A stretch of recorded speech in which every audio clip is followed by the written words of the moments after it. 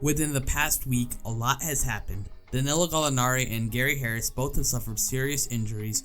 RJ Barrett and the New York Knicks have agreed upon a 4-year contract extension. Markieff Morris got signed by the Nets. Josh Jackson was picked up by the Raptors. And most importantly, Donovan Mitchell was traded to the Cavs. So, let's take a look at what's really going on in the NBA free agency.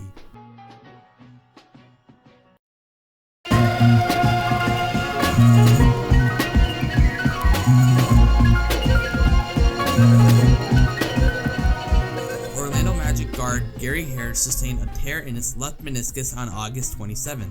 Unfortunately, with the meniscus tear, the recovery timeline is brutal as the meniscus is in the part of the body with low blood flow. This means that the body's natural healing process will take longer than any other injury, even with surgery. Harris made his way to the Magic via a trade, originally being on the Nuggets roster.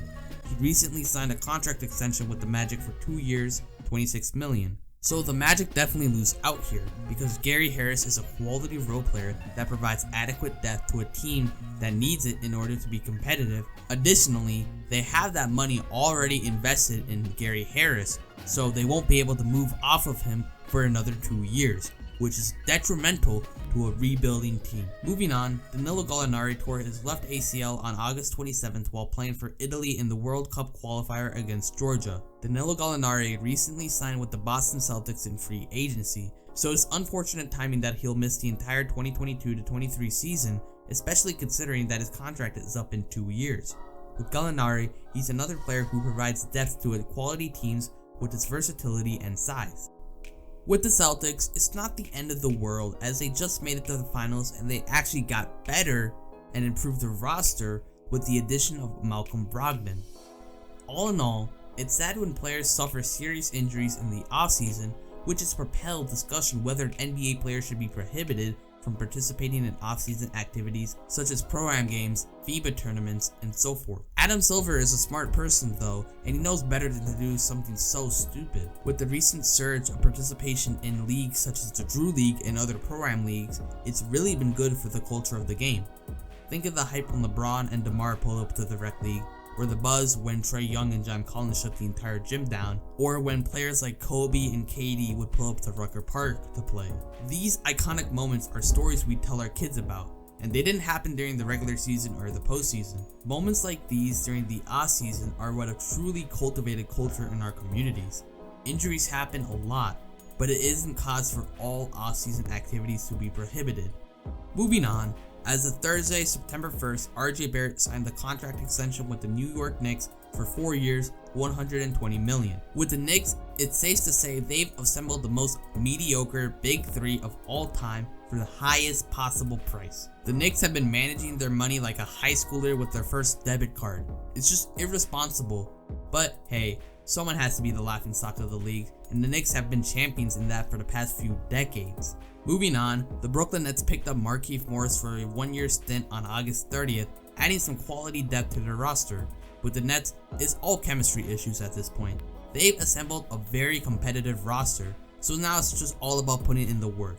I think the Nets could go very far this year. It's just about how the players perform at this point. Now with the Raptors, on August 31st, they picked up Josh Jackson for a 1-year deal. I feel like the Raptors front office recently have just been making all the right decisions. The Raptors are legitimately becoming a team that consistently makes the playoffs and actually gives their matchups a bit of trouble.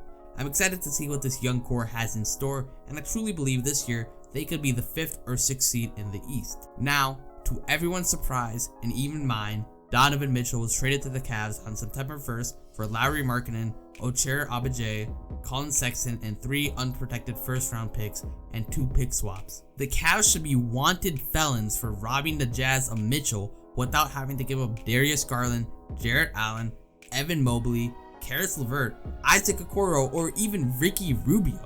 Colin Sexton is great, but the Jazz could have done so much better here. Now, as always, we're NBA fans, so we don't really have all the information on what's going on in the league. So maybe there's a situation with Danny Ainge where this is just literally the best he could do and he just had to make do with it. Irregardless, I feel like Colin Sexton was the wrong choice here. Colin Sexton is a player who's beginning to reach his peak and his prime. He's been in the league for a hot minute now, and they should have went for an up-and-coming prospect such as Evan Mobley.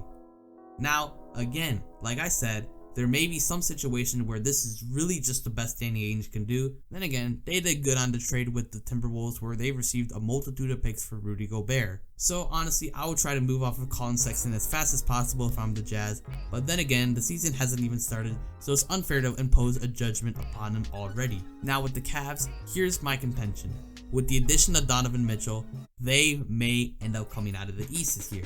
I'm being 100% serious. The talent this roster is filled with is just ludicrous. With Darius Garland's ability to make shots for himself and others, Donovan Mitchell's all-around offensive skill, and Jarrett Allen's ability to dominate the paint on both sides of the court, this big three is going to be nasty.